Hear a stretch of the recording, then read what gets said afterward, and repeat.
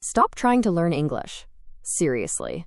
Drop the textbooks, forget the grammar drills, and erase everything your high school teacher told you.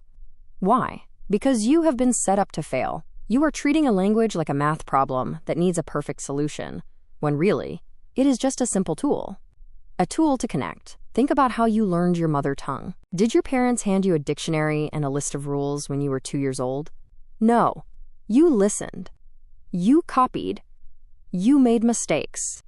And you spoke. That is the exact biological secret to mastering English, and right now, we are going to rewire your brain to do exactly that. Here is the harsh truth that language schools do not want you to know. English has over 100,000 words. But native speakers, they only use about 1,000 words in 90% of their daily conversations.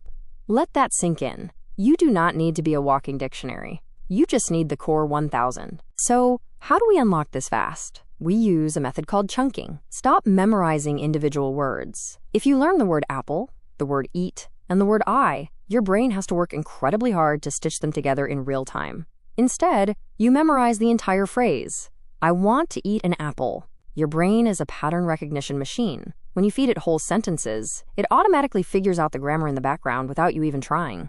It is a cheat code for fluency. Now, I know exactly what you are thinking.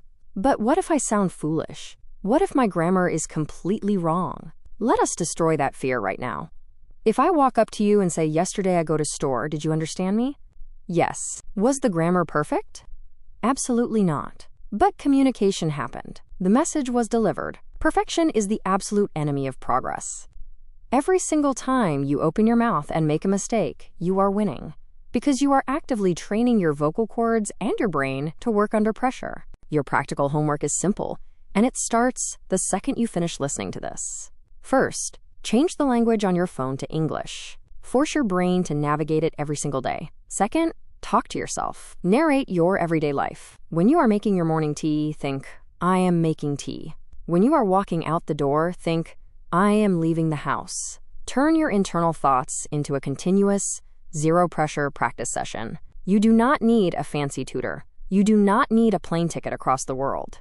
You just need to stop studying the language and start living in it. The only thing standing between you and fluency is the courage to speak badly until you speak brilliantly. Open your mouth and start talking.